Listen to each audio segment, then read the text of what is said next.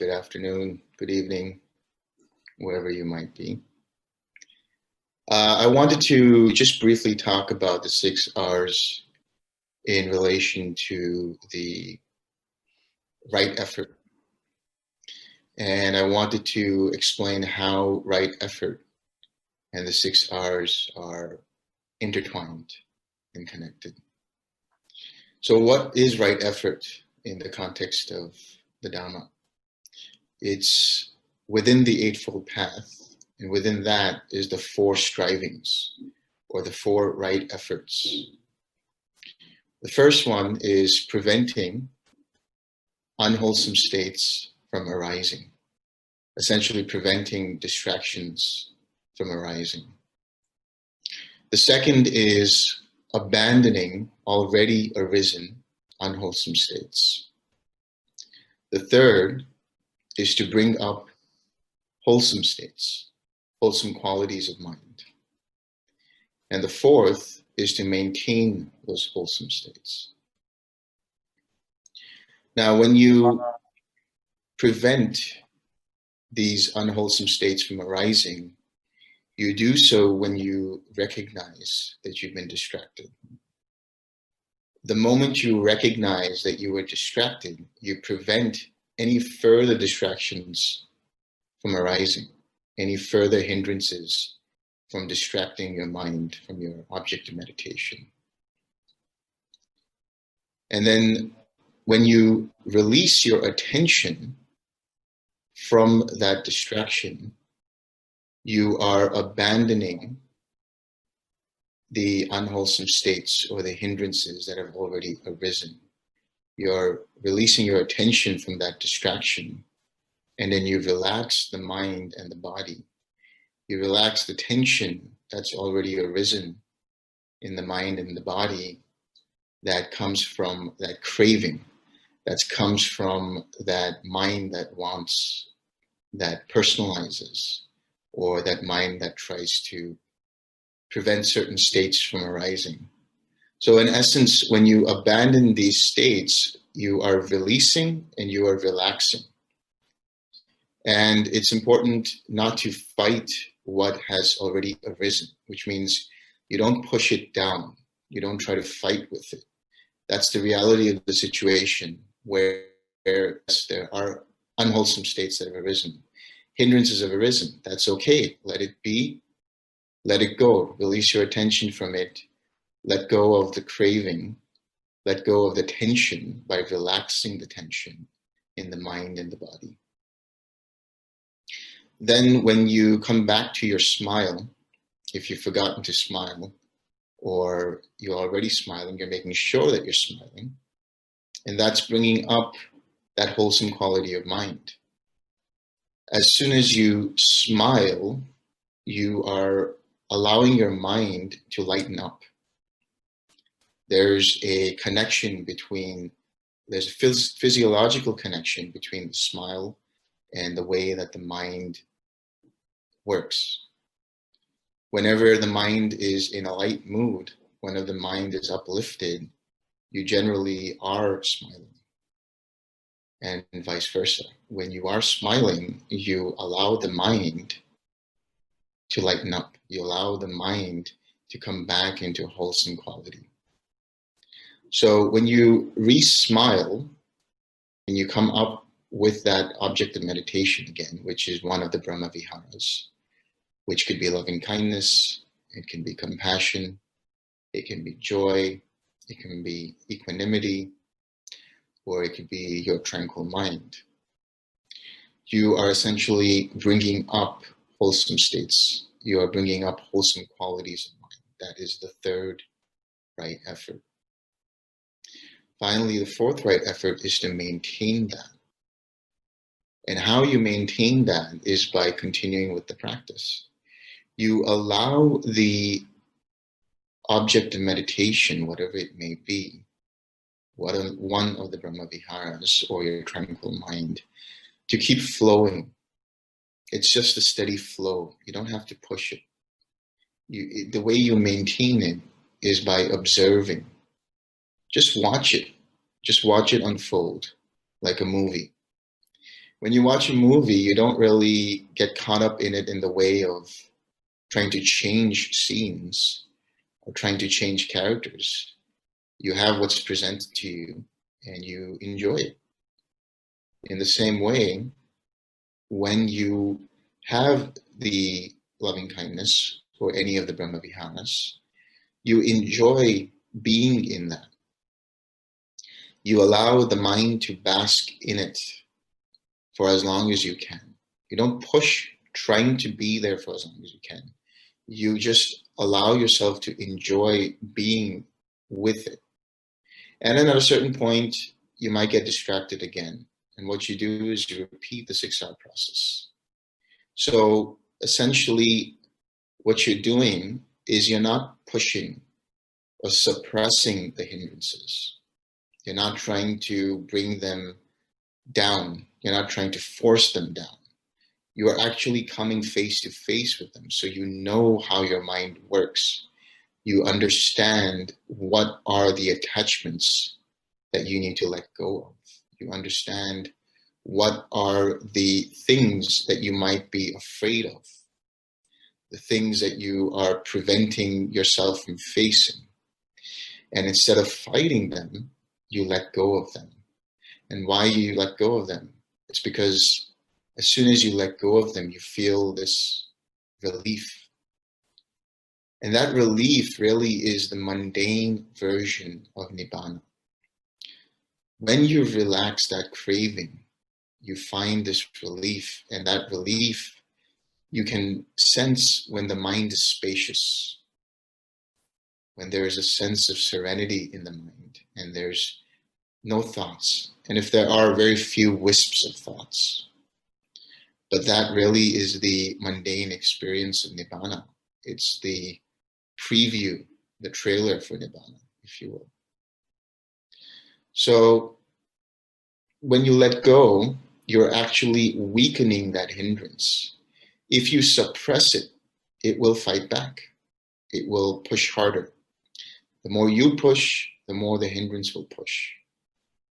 It's like that metaphor of taking a beach ball, pushing it down under the water. And then when you do that, the force of that push actually repels, and then the beach ball rises up, jumps out of the water. So in the same way, if you're going to suppress, force down, fight down the hindrances, when you come out of your practice, you're going to find them still there, and probably with greater force. So instead of doing that, you allow the mind to come face to face with that hindrance, and you relax, you release, you relax, and you let go. And the more you let go, the more you weaken the hindrance. It might arise again, but it won't be there for long. It might come back again. It might return a few times. But every time it comes back to you, it comes in a weaker form. It doesn't have much power over you anymore, or power over your mind anymore. So the letting go of it is actually reconditioning your mind to not be bothered by it anymore, to not take it personally, to let go of it. And then eventually that hindrance will dissipate, and it may not arise anymore, at least for that meditation. It might arise again in another meditation, but the whole process is to continually do the 6 R's when required to recondition the mind, to recondition your own actions also in the daily living, in daily life, because it allows you to be more aware of the present and allows you to make choices that are wholesome. It allows you to be more present, if you will, within those moments, so that instead of coming from a wholesome, or rather an unwholesome mindset, you're able to make choices that are rooted in a wholesome mindset. And every time you do that, you are reconditioning the mind. So there's a feedback loop between the meditation and your daily living. The more you are able to be in wholesome states of mind throughout the day, the easier it's going to be for your meditation practice. The longer you're able to sit with an undistracted mind, the easier it's going to be for your daily living to be able to act from a wholesome standpoint, from a wholesome quality of mind. So this is how I see the 6 R's and their intertwining with the 4 right efforts.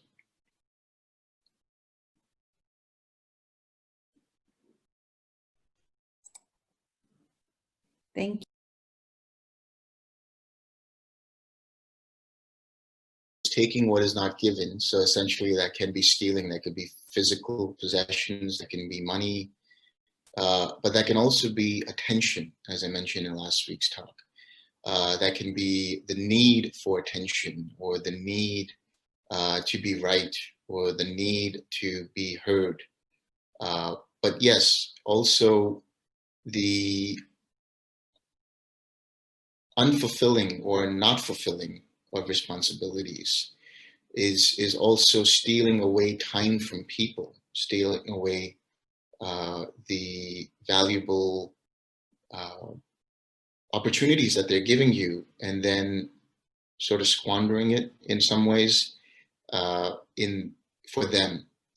So that's a very good point that you made, and you were able to see that if you are doing a job, if you are at work and you're not actually working and you're taking money, what are you actually doing?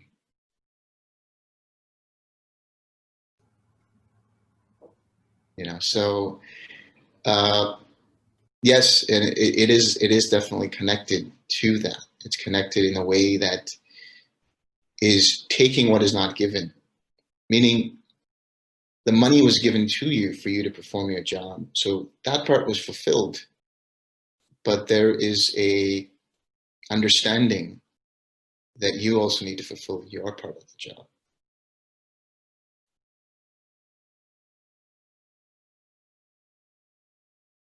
The balance really begins with knowing the physical sensations in your head. And what I mean by that is, you know, if you're pushing too hard, when you start to feel a heaviness in your head, when you start to feel some kind of tension in your head. So if you're feeling heaviness, if you're feeling tension in the head, you're trying way too hard. Another symptom of trying too hard is that you're going to produce restlessness as well. And that comes in the form of too many thoughts. So you need to let go of trying to push if that happens. And on the flip side of that, you know, if you are not with your object, or you're not fully present with your object, when the mind starts to slack, when you start to have sloth and torpor. And that's usually a very dull sensation that might arise. And for some people, it's a little more difficult to recognize it because the mind sort of slips into this kind of slumber, and it's kind of difficult to generate the mindfulness. But as soon as you recognize it, as soon as you recognize that there was that sloth and torpor, you have actually made some progress, because now you can generate some energy, you can generate some joy, and you can generate some investigation, which means you're able to be aware of what the mind requires in that moment, whether it's a little more joy or it's a little more energy. And it's not a matter of trying to push upon the mind that joy. It's just a matter of having a little intention that let there be some joy now. And then you start to balance, and you start to step away from sloth and torpor and come more to a balanced state of mind. So essentially, reviewing it, it's just this. If you are trying too hard, you're going to find there's a lot of tension in the mind. There's a lot of tension in the head. And so when you find that, you relax it, you let go of it, you do the 6-hour process, and then come back to just observing it. it's better you start off with the standpoint of observing it rather than trying to push it from the get-go. So when you start your practice, just relax the mind, relax the body, take a deep breath if you want. Just come into understanding where your body is at the moment, understanding the 4 foundations of mindfulness, as it were. So understanding what kind of sensations might be arising, understanding where your mind is at this point in time, and what the contents of that mind is. Once you have that, then you can kind of just know if your mind is at the moment agitated, or if it's slacking off.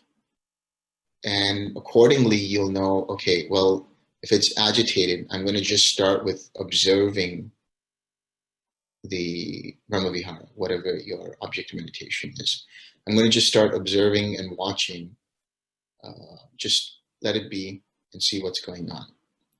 On the flip side, once you've begun the practice, once you've begun the meditation session, and you see and you notice that the contents of your mind, or the mind itself, is more dull, is slacking off, then you know that you need to bring a little energy from the get-go.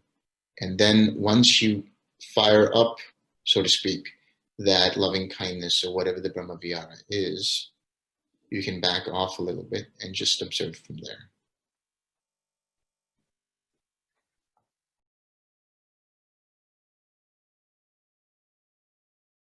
Anytime you find yourself thinking, or anytime you find yourself having thoughts other than those that are related to the object, you have to basically, you recognize it's not necessary to note whether it was a thought or a memory or whatever the content is. It's not necessary. It's more necessary to recognize that you were distracted. And then once you're distracted, once you realize you're distracted, you take away your attention from it, and then you relax that tension, and then you come back to the smile, and then come back to the radiating in the 6 directions, as you mentioned. And while you're radiating in the 6 directions, one thing you should be certain of is you allow it to flow out from you. You don't need to, once again, you don't need to push it. If you push it, it's going to create some tension in the mind, but also it's going to create thoughts. It's going to create a little too much energy in the mind. And because of that too much energy, it might create restless thoughts.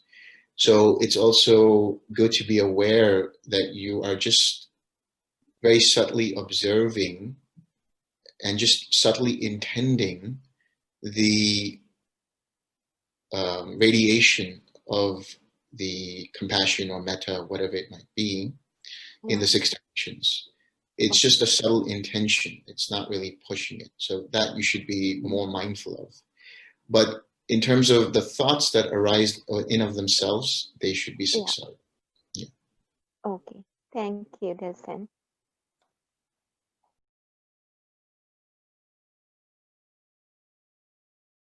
I would suggest watching a comedy show, something that makes you feel good. And once you start to feel good, you know what that feeling is like. So if you have an opportunity, sit down and stay with that feeling that arises from watching a good comedy show or whatever it is that you might be enjoying. Another good practice is gratitude. And just spend 5 minutes, 10 minutes if you can, just listing out the things that you're grateful for in your life. And you'll start to just naturally smile because you find that you're so blessed with the things that you might have, and the people and the relationships that you have in this life. And that will start to create that warmth in that chest area, that feeling that you're looking for. So when you find it, and sit down and stay with that and see if that continues, if you can sustain it.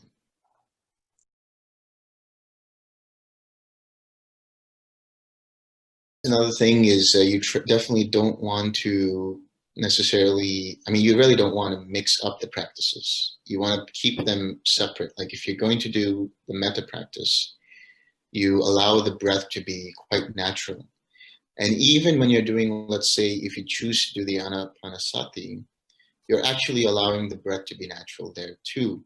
The way the practice has been traditionally outside of the suttas has been where you focus on, the end of the nostril, or you focus in on how long the breath is and things like that. But I've not actually read The Breath of Love, but from what I understand from peripheral talks and discussions, it's more of allowing the breath to be natural and then relaxing in the in-breath and relaxing in the out-breath. I may be mistaken because I'm doing essentially the Brahma Viharas. Or I've started with the Brahma Viharas with this practice. But when you find yourself starting to, let's say, focus on the breath while you're trying to bring up the metta, consider that to be a distraction. And then 6 R and then come back to the metta.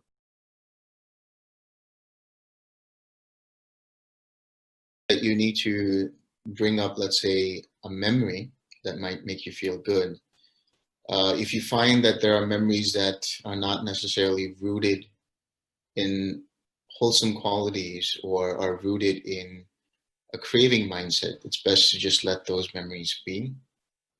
And it's better to bring up an image that makes you feel good.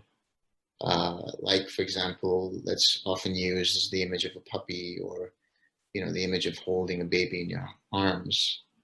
That always, brings quite a smile on a lot of people's faces. The other thing you can do is find other things that you find enjoyable and that are wholesome. So that could be as simple as going to the park, or being around nature, or, playing the piano. Really any activity also that allows you to be in a wholesome state of mind. And then from that, you sit down if you have a chance to.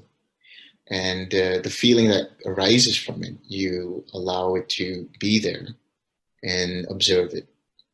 So essentially, it's not necessary that it needs to come from a memory. It's better that it's something that's related to, in your case, let's say, if you're not able to find memories that are necessarily fully wholesome, it's better to bring up some kind of an image that you find to be wholesome, and you find, well, that is wholesome generally, but also that you find to be enjoyable to you, that naturally brings you a smile on the face, that naturally brings that warmth to your heart.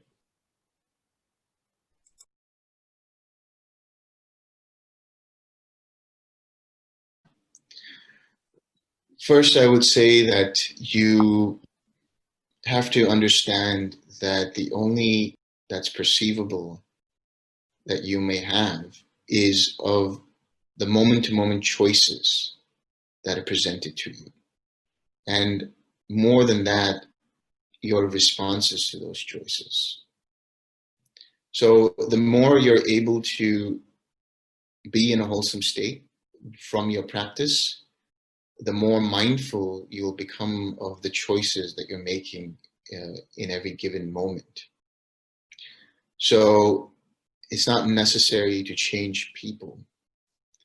And it's not necessary, for example, to have people change what they think about you or they think about the practice. What people think about you, for example, is none of your business. It's more about how you perceive the world around you. So it's a matter of understanding that you are more in control of the present moment through the choices that you're making. So if someone, for example, may behave negatively towards you, or they may use harmful words, hurtful speech, understand that that's coming from them and that they are responsible for that. It has nothing to do with you. So with that kind of an understanding, if you're able to take a pause from reacting reflexively If you can pause for about 4 or 5 seconds, even longer if possible, 10 seconds, you allow the mind the ability to actually wait and respond from an attitude of loving kindness or an attitude of compassion. And when it comes to balancing, let's say, work life or the lay life, as you say, and meditation practice, think about it this way. It's very easy nowadays for people, or generally speaking, to be in an angry mood or to be in an upset mood throughout the day. They're not able to let it go. Why not come to that point where you're in a happy mood throughout the day? And that happens by continuing the meditation off of the mat. In other words, once you have cultivated the loving kindness in the sitting meditation, it just doesn't end there. You can bring it out after you sit and continue on with your day while cultivating that loving kindness. So instead of being the kind of person that might be in an upset mood, it might be in a sad mood or an angry mood, be the kind of person who can be in a happy mood. And the more of a happy mood you are in, the more you're able to bring other people into a happier mood. Because it clarifies your mind, it gives clarity to the mind. You're able to understand people emotionally. You're able to understand what is required of the situation. And you're able to respond in a way that is beneficial to the person, to yourself, and to the situation that is presenting itself. So it's not a matter of just essentially looking at it from the angle of balancing lay life and meditation. It's more of actually bringing out the meditation into your daily life. And when you do that, you're able to function through the Eightfold Path, as you just mentioned. Because the more you choose to be in a loving, kind attitude, the more you choose to be in a compassionate attitude, you're cultivating what is the right intention within the Eightfold Path. And by doing so, you're also able to let go of any unwholesome states that might arise. And so your speech, you'll be more effective in the way you speak with others. You'll be more wholesome in your speech. You'll be more mindful of when to speak and when not to speak, what to say and what not to say. And also you'll be aware of how to act in every given situation. So really the Eightfold Path, it starts with the practice, but the practice also ends with cultivating the Eightfold Path. It's another cycle within a cycle, so to speak. So it's not dividing the two or trying to bring them together. It's more of practicing it in a way that is holistic, that allows you to actually continue, if you want, the lay life, but really make it more enjoyable for yourself and make it more enjoyable for others around you as well. Yeah, thanks. We're more responsible in how we respond, and we can respond naturally from a loving and kind attitude. We don't need to respond to how they expect us to respond. Now, the thing is, if you say that while you're at work, somebody is upset and they expect you to respond a certain way, that will stop them from being upset. You can do that so long as it's wholesome. So you have to be mindful of that and understand that if this is going to diffuse the situation for that person, then do so as long as it's coming from a wholesome standpoint. That means that you are bringing the meditation into your practice, or bringing the meditation practice into your daily life. That means that, for example, if somebody gets upset and expects you to do something, for example, and they're expecting you to do something that is going to help them become calm, as long as whatever that thing is wholesome, do so. And if you have a choice, you have no choice but to do an unwholesome, I would say find a different way to do it that is more wholesome. It's better to let people calm themselves through your actions if they're expecting things from you that create unwholesome reactions from them. You are not responsible for that. So what you're responsible for is your own reactions to that. And if you continue to be responsive, if you continue to be loving and kind or compassionate, you will have the ability in that situation to know what works best for that situation. Because a mind that is inclined towards wholesome states, a mind that is inclined to being compassionate, will find ways to do things that can be in correspondence with compassion, that can be in correspondence with being loving and kind.